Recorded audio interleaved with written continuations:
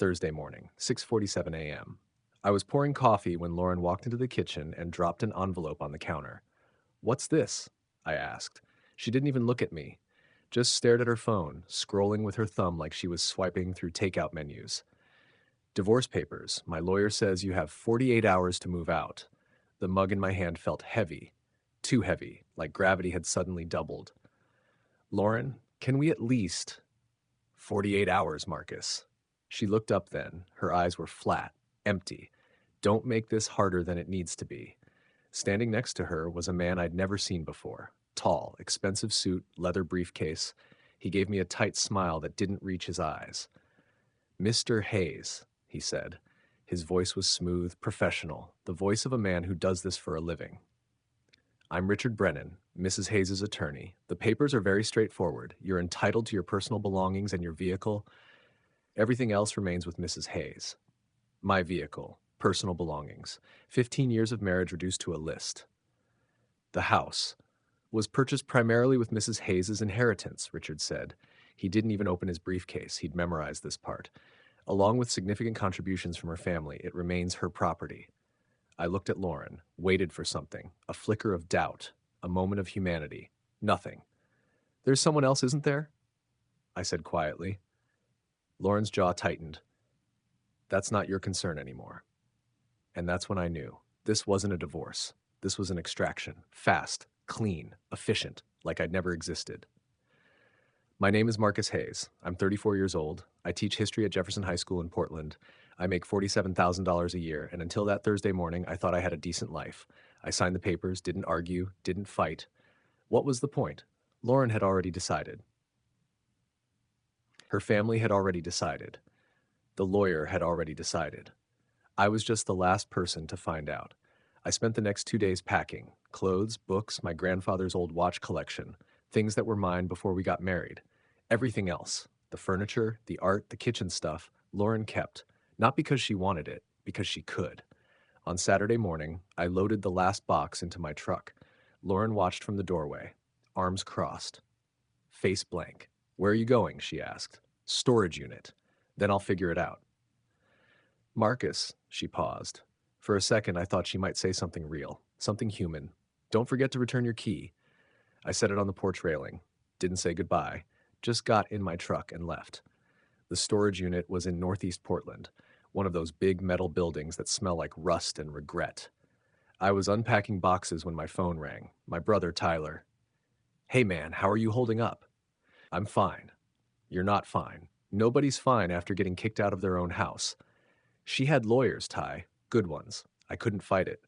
"You could stay with me. Sarah wouldn't mind. We've got the spare room." "I appreciate it, but I need to be alone right now." "At least tell me you have a place to stay." "I found a studio apartment in Gresham, month to month. It's fine." It wasn't fine. It was 800 square feet with a bathroom the size of a closet and a kitchenette that made ramen feel like fine dining. But it was mine. And right now, that mattered more than comfort. That first week was brutal. I went to work, came home, stared at walls. The apartment was too quiet, no TV sounds, no Lauren moving around, just me and the hum of the refrigerator. One night, I was unpacking a box of old stuff from my grandfather. Books, photos, his military medals from Vietnam. At the bottom of the box, wrapped in tissue paper, I found something I'd forgotten about. A bank card. Black, heavy, not like the plastic cards you get at grocery stores. My name was embossed on it in gold letters. Marcus Hayes. I turned it over. No bank name, no phone number, just a small logo I didn't recognize, and a handwritten note tucked underneath it. "Marcus, if you're reading this, I'm gone. This card is for you, only you. Don't tell anyone about it until you understand what it means. The code is your birthday backwards. Use it wisely. Grandpa Joe, my birthday backwards." I stared at the card for a long time. Grandpa Joe had died 6 years ago. Pancreatic cancer, fast and brutal. He'd been a machinist, worked at the same factory for 40 years, lived in a small house, drove a beat-up Ford, never seemed like he had money. So what was this card? I almost threw it away. Probably expired. Probably nothing. But something made me keep it. Maybe curiosity. Maybe desperation. Maybe I just wanted to feel connected to someone who gave a damn about me. A week later, I was getting gas. The pump took forever. I stood there watching the numbers roll over, thinking about how I used to fill up Lauren's BMW every Sunday morning. Now I was putting $20 in my truck and hoping it would last the week. When I went inside to pay, I saw an ATM in the corner, and I remembered the card. I pulled it out, looked at it under the fluorescent lights, still black, still heavy, still embossed with my name. I walked over to the ATM, slid the card in, enter PIN, my birthday. Backwards. I typed it in. The screen went blank for a second. Then it loaded, Mr. Hayes, and a balance appeared. I stared at it, blinked, stared again. The number didn't change. $8,347,621.43. My legs went weak. I grabbed the ATM to steady myself. $8 million. $8 million. I pulled the card out, shoved it back in my wallet, walked out of the gas station like I just robbed the place. In my truck, I sat with the engine off, hands shaking. This couldn't be real. The next morning, I drove to downtown Portland. There was a private bank there, the kind with no signs on the door, just an address and a buzzer. I rang it. A woman's voice came through. How may I help you? I need to verify an account. Long pause. Your name? Marcus Hayes. One moment, please. The door buzzed. I pushed it open. Inside was like stepping into a different world. Marble floors, dark wood paneling, the kind of quiet that money buys. A man in a suit was already walking toward me. Mr. Hayes, please, follow me. He led me to a private office, closed the door. I'm David Chen, Senior Account Manager. May I see your identification? I handed over my driver's license and the black card. He studied them both, then typed on his computer. His face changed, just slightly, but I saw it. Mr. Hayes, this account has been dormant for 6 years, since the passing of Joseph Hayes, your grandfather. How much is in it? He turned the screen toward me. Same number I'd seen at the gas station ATM. $8,347,621.43. I sat back, felt the air leave my lungs. How? David folded his hands. Your grandfather was a very careful man. He invested conservatively, blue chip stocks, treasury bonds, real estate holdings. Over 50 years it grew, slowly, steadily. He was a machinist. He was also a very disciplined saver. He lived modestly, below his means, and he set this account up specifically for you with very strict conditions. What conditions? The account could only be accessed 6 years after his death, and only by you. No one else could touch it, not even your father. My father, who'd never mentioned this, who'd been at the funeral, who'd never said a word about any of this. Did my dad know? David's expression was carefully neutral. I'm not at liberty to discuss that, but yes, my dad knew and never told me. I left the bank in a daze. $8 million.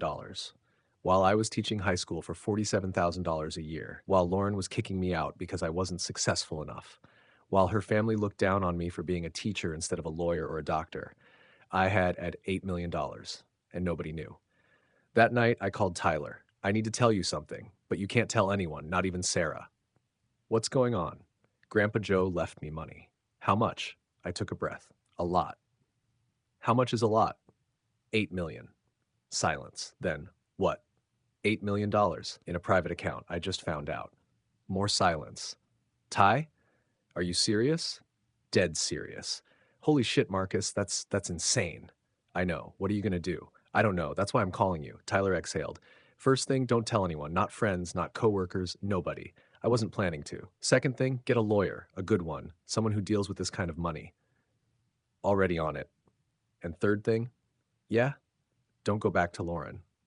I know what you're thinking, Marcus. You're thinking maybe this changes things. Maybe now she'll see you differently. That's not. Yes, it is. I know you. And I'm telling you right now, if you go back to her with this money, you'll hate yourself for it. He was right. Part of me, a small, pathetic part, had been thinking exactly that. But Tyler was right. If I went back now, it wouldn't be because she loved me. It would be because she loved the money. I kept my routine. Woke up at 6 a.m., went to school, taught classes, graded papers. Nobody knew.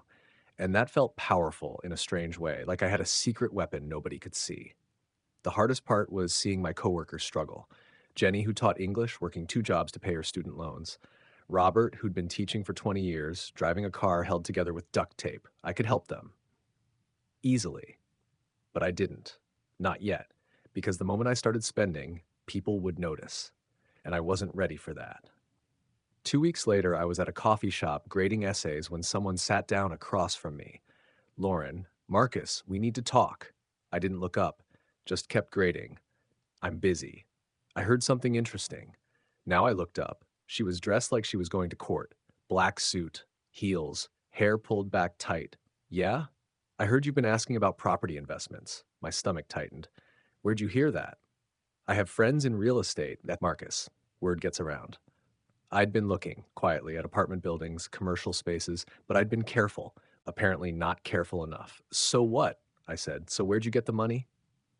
That's none of your business. If you had money during our marriage, it absolutely is my business. We're divorced, Lauren. You made that very clear. Not yet, we're not. The papers aren't final for another 3 months. Anything you acquired during the marriage is marital property. And there it was. She didn't want me back. She wanted the money. You should leave, I said. Marcus, now. She stood up, but she didn't leave. Not right away. I made a mistake, she said quietly. I looked at her, really looked at her, and I saw it. The calculation, the strategy. This wasn't an apology. It was a play. 48 hours, I said. That's what you gave me. 48 hours to pack up 15 years and get out. I was angry. You were cold. I want to fix this. No, you don't. You want to fix your mistake. What mistake? Letting me go before you knew what I was worth. Her face flushed. That's not. Yes, it is. And we both know it. I packed up my essays, stood up. The divorce goes through in 3 months. Don't contact me again. I left her sitting there, and for the first time since she'd kicked me out, I felt like I'd won something. The next day, I hired a lawyer. Not just any lawyer, one of the best family law attorneys in Portland. Her name was Patricia Monroe. 60 years old, sharp as a blade. She read through my divorce papers in 10 minutes. This is garbage, she said. What? These papers, they're designed to intimidate you into accepting nothing, but they're not enforceable. Lauren's lawyer said, I don't care what he said. Oregon is a community property state. You're entitled to half of everything acquired during the marriage. The house was her family's money. I don't care. You were married when it was purchased. You have a claim. I don't want the house. Then what do you want? Use this best at. I want her to leave me alone. Patricia smiled. That I can do. 3 months passed. The divorce was finalized. Lauren got the house, I got my freedom, and my secret stayed secret until my father called. Marcus, we need to talk. About what?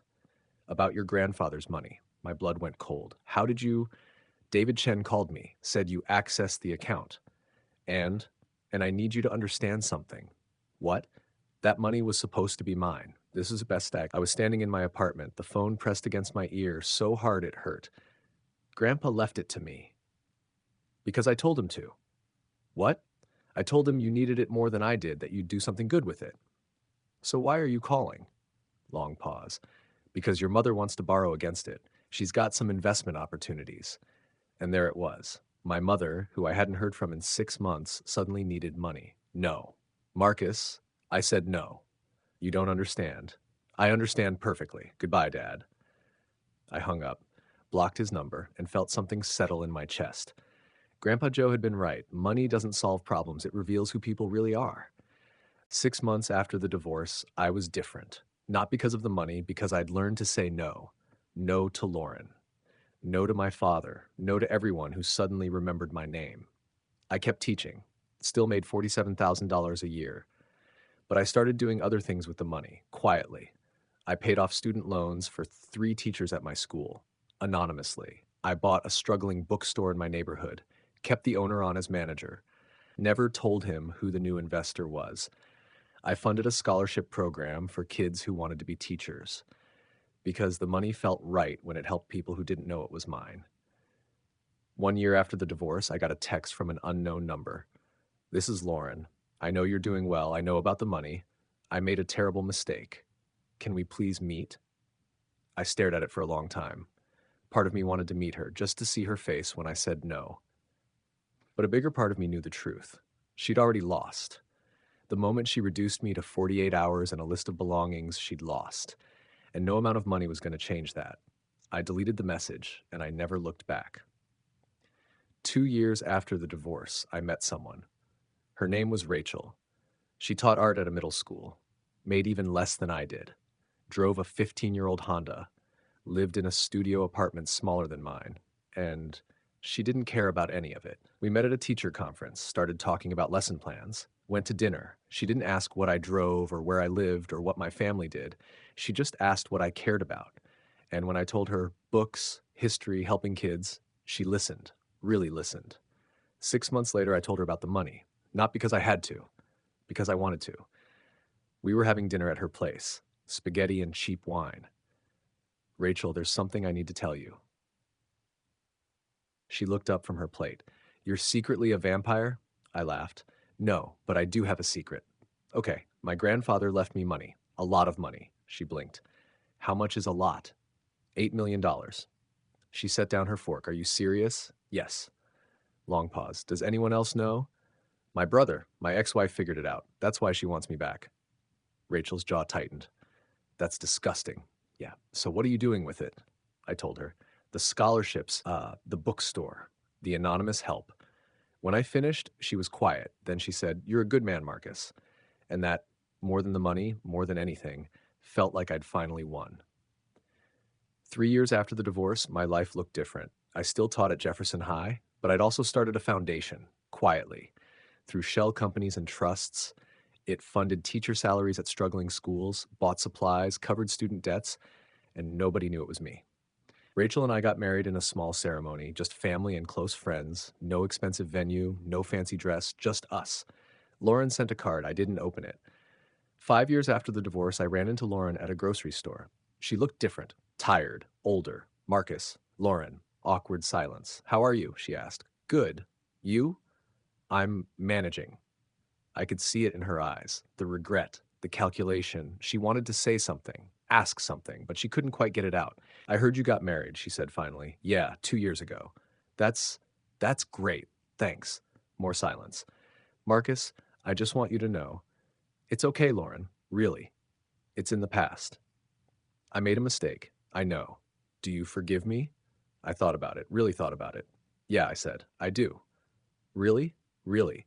Because if you hadn't kicked me out, I never would have found that card, never would have learned who I really was, never would have met Rachel. So you're happy? Very.